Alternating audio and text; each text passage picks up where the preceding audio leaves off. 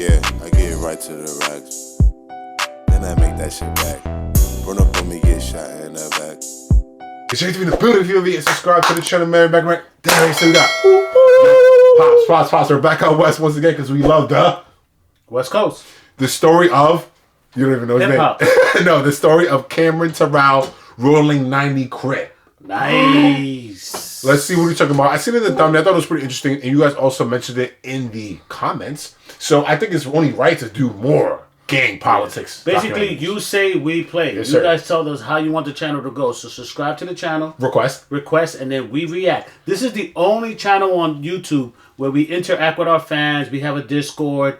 Get in there and talk to us. I'll give you my personal phone number. As long as you cash at me $10 every time you call me.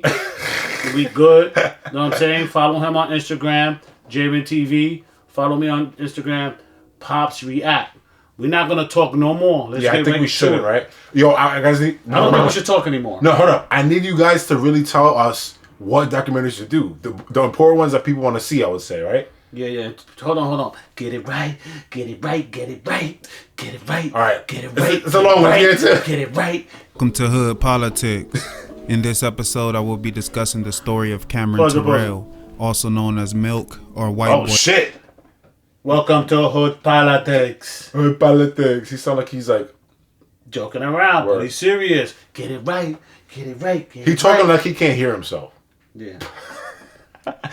So I will be discussing the story of Cameron Terrell, also known as Milk or White Boy from the Rollin 90s neighborhood Crips, which is a gang located on the west side of South Central Los Angeles. The facts of the case are as follows. When the average person thinks of South Central Los Angeles, the things that often come to mind are crime, poverty, and gangs. But just outside of the boundaries of South Central, why are there so many robberies in LA? Like, let us know why. Why? Is it because everybody's so close together in LA? It's tight-knit where, like, you get to Beverly Hills from Inglewood in, like, 20 seconds, or Hollywood to Inglewood in 20 seconds, or, like... I think it's the disparagement in the wealth. So you have this heavy concentration of Hollywood, fiesta, people with a lot of money. Yeah. And then you have people who are impoverished. Impoverished, right? Yeah. Is it impoverished or impoverished? I would go impoverished. Poverty, and gangs. But just outside of the boundaries of South Central lies an abundance of wealth. A few miles north are the streets of the Hollywood Hills and Beverly Hills. A few miles west lies the beach cities of Santa Monica, Venice, and Marina del Rey.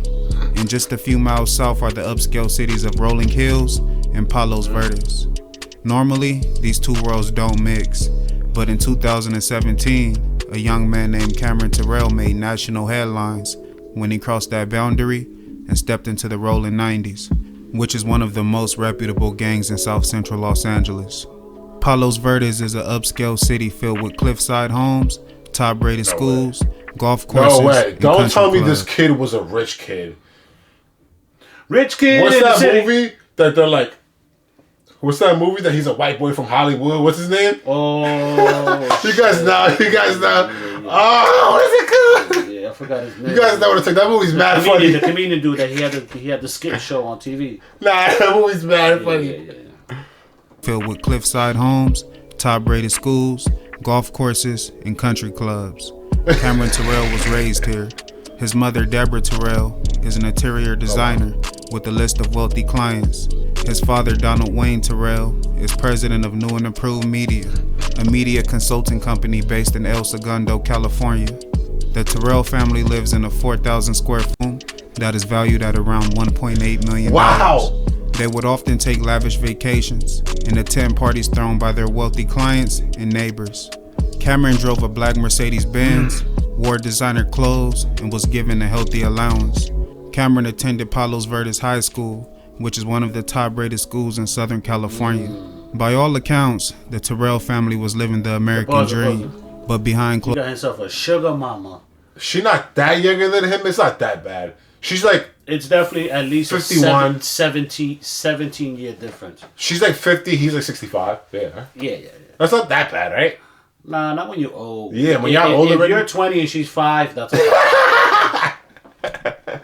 By all accounts, the Terrell family was living the American dream, but behind closed doors, the family was in turmoil.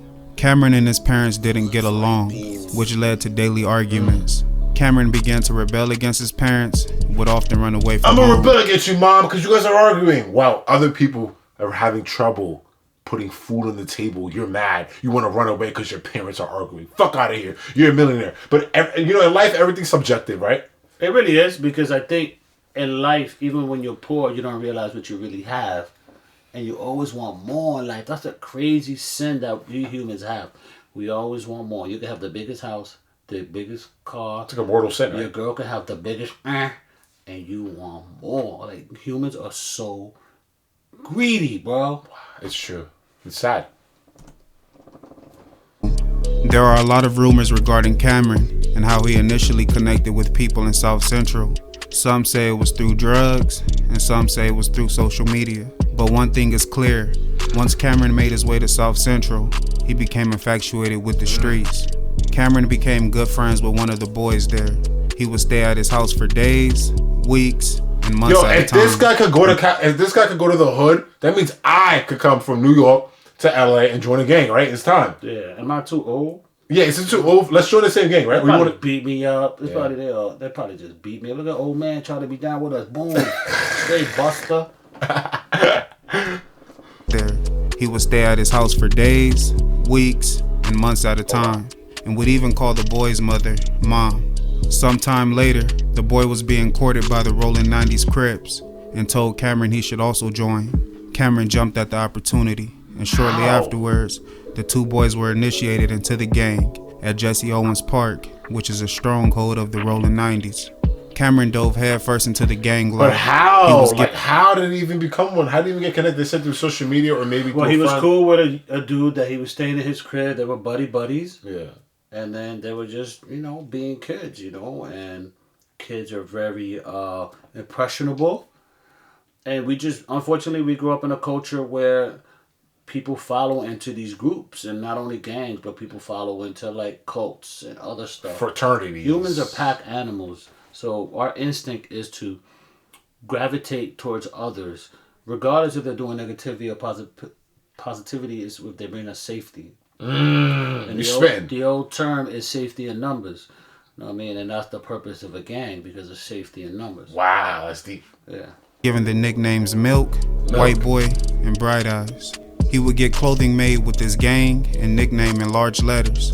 He even got a tattoo of the Washington Nationals logo on his chest, which is a logo the Rollin 90s adopted to represent Western Avenue, a street that stretches through the heart of their territory.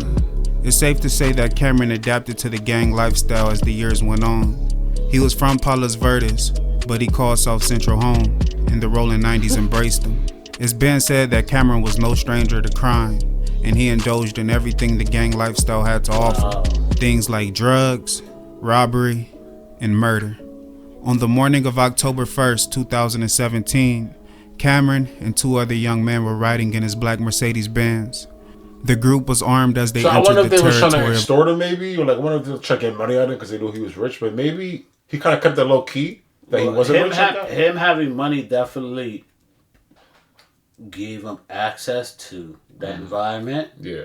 Because if not for that, they probably would have ran him over, try to get through his pockets and just try to get over on that. But we don't know the personal relationships, because sometimes like for him to leave the suburbs and go into this environment, he's a goon within himself. He's a goon, he really about that. Yeah. You're not gonna fool these gangsters that you're just gonna moonwalk your way into the gang because you got money. You know what I'm saying? He's a white dude from the suburbs that got money, and he was able to get into this official gang. That's crazy. That says a lot about him. Word. You know what I'm saying? As a people, person. they did respect him, you know what I mean? And were riding in his black Mercedes-Benz. The group was armed as they entered the territory of a longtime rival gang, the A-Tray Gangster Crips. The rivalry between the Rollin 90s Crips and the A-Tray Gangster Crips goes back decades, and fights and shootings aren't uncommon between the neighboring gangs. Around 11:26 a.m., a 21-year-old man named Justin Holmes was walking down the street with two other people. As the group walked down 78th Street towards Western Avenue, they were approached by two men. The two men asked them what gang they were from. Holmes replied that he didn't gangbang. One of the men put out a chrome revolver from his sweater and began to open fire. Holmes was shot as the two people with him ran away. The suspects ran to a waiting black sedan and fled down an alley near Western Avenue. The two people that were walking with Holmes ran to a nearby store and called for help. They then returned to the scene of the shooting and stayed with Holmes until help arrived. Holmes was taken to the hospital and pronounced dead at 12:02 p.m. The autopsy would later show that he was shot twice, including a fatal shot to the back. Detectives working the case began their investigation. They began to look into the background of Holmes in an effort to find a motive for the murder. They found that Holmes nor the people he was walking with had any gang affiliation. Holmes was a college student and had a job working for U-Haul. He had a day off from work and decided to hang with some friends. Oh, come on, bro. Over and over. You see this all over the world. They're killing civilians who have nothing to do with your gang politics. We see this in New York, London, Texas, Florida, Africa, Asia. Yeah, we've covered this, and there's sometimes a lot of collateral damage. Like in here in New York, we have an epidemic of these dudes, like rivals, shooting at each other. Like it be women and children now. Chicago, like, yeah. Like like if you got beef with somebody, then you should handle that with that person. Catch him on a one-on-one. Catch him throwing out his garbage. Catch him coming out going to breakfast. But don't be like in the middle of the street. Like, and we have that here in New York a lot, where it's on site kind of thing, and it's kind of crazy. U-Haul. He had a day off from work and decided to hang with some friends. One of the people with Holmes during the shooting picked out the gunman from a photographic lineup. The shooter was a 16-year-old gang member. Investigators then swept the area looking for other witnesses when they noticed a surveillance camera near the scene. They contacted the owner and asked for the camera footage.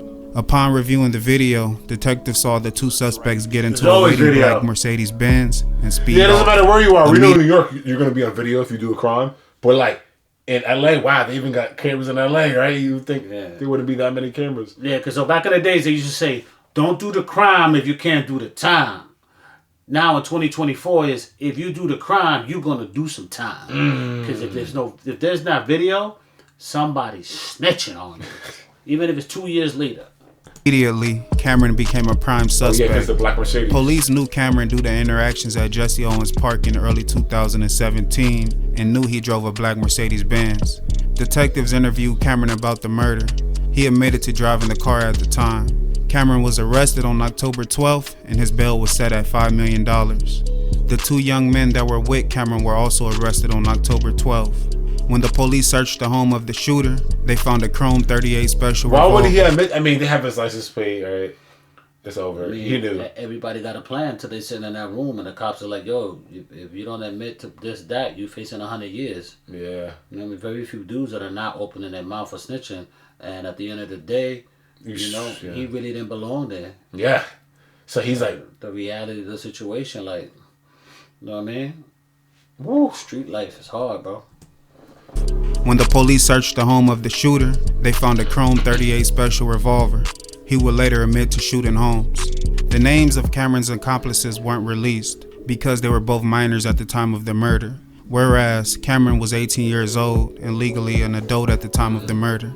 Cameron and his two co-defendants were charged with 1 count of premeditated murder and 2 counts of attempted murder. You see, I had an argument with someone I know. They was like, oh, like if you're in a car with somebody and someone in the car shoots somebody and kills them, you're not going to be involved. Yeah, No, you go to jail because you're in concert. Word. They call it, that's premeditated over there. Over here, in the East Coast, they call it like you're in concert, like you're moving with that person. And the biggest thing you could do, the dumbest shit you could ever do, if I give you any advice, is place yourself at the scene of the crime. If he says, I wasn't there, that's it. Let me get a lawyer, that's it. The moment you tell the cops, I was there, but that's it, you're going to jail. Mm-hmm. Were charged with 1 count of premeditated murder and 2 counts of attempted murder with gang enhancements.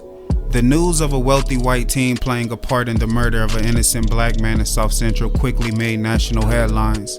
People wondered, how did this happen and what would be the outcome?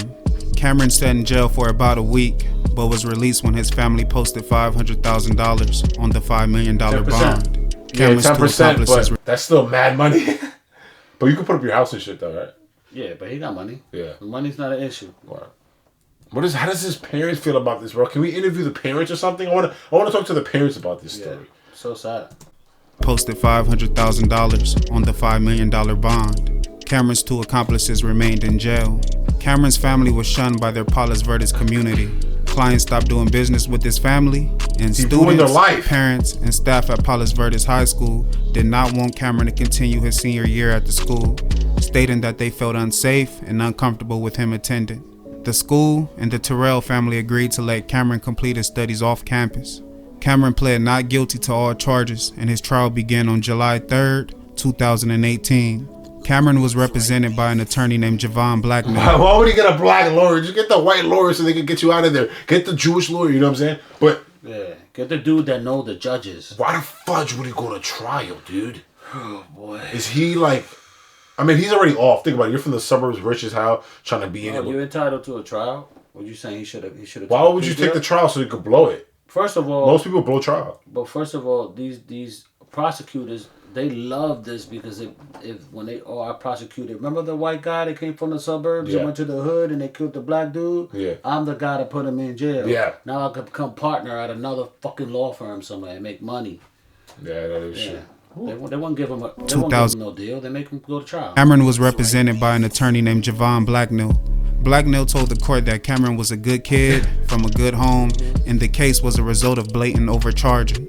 He went on to say that Cameron didn't know the 2 men were armed when they entered his vehicle, and when he drove into rival gang territory, he thought the 2 men got out of the car to go tag a wall. Blacknell said that Cameron wouldn't have used his dad's car if he was planning to. He said, this is what we're going to say, son. You didn't know they were armed. You're going to say they got out to write graffiti on the wall. And you're going to say you wouldn't use your dad's car. But remember, you wouldn't use your dad's car to do a crime. But remember, the dad got mad cars because he got money. Yeah, that is true. Sheesh. Tag a wall. Blacknell said that Cameron wouldn't have used his dad's car if he was planning to kill someone. He was shocked when he heard the gunfire. He stated that Cameron sped away as a matter of survival and not in an attempt to flee the scene of a crime. The prosecution painted Cameron as a wolf in sheep's clothing. They presented a stack of evidence in hopes of proving Cameron as an active member of the Rollin 90s and a willing participant in the murder of Justin Holmes.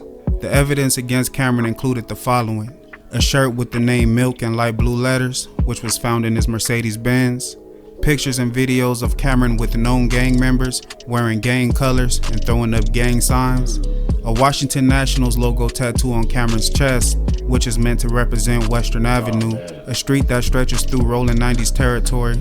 Other evidence included scenes from a music video called The NH Anthem. Where's he at? The NH Anthem is a song featuring rappers from various gangs under the neighborhood Crip umbrella.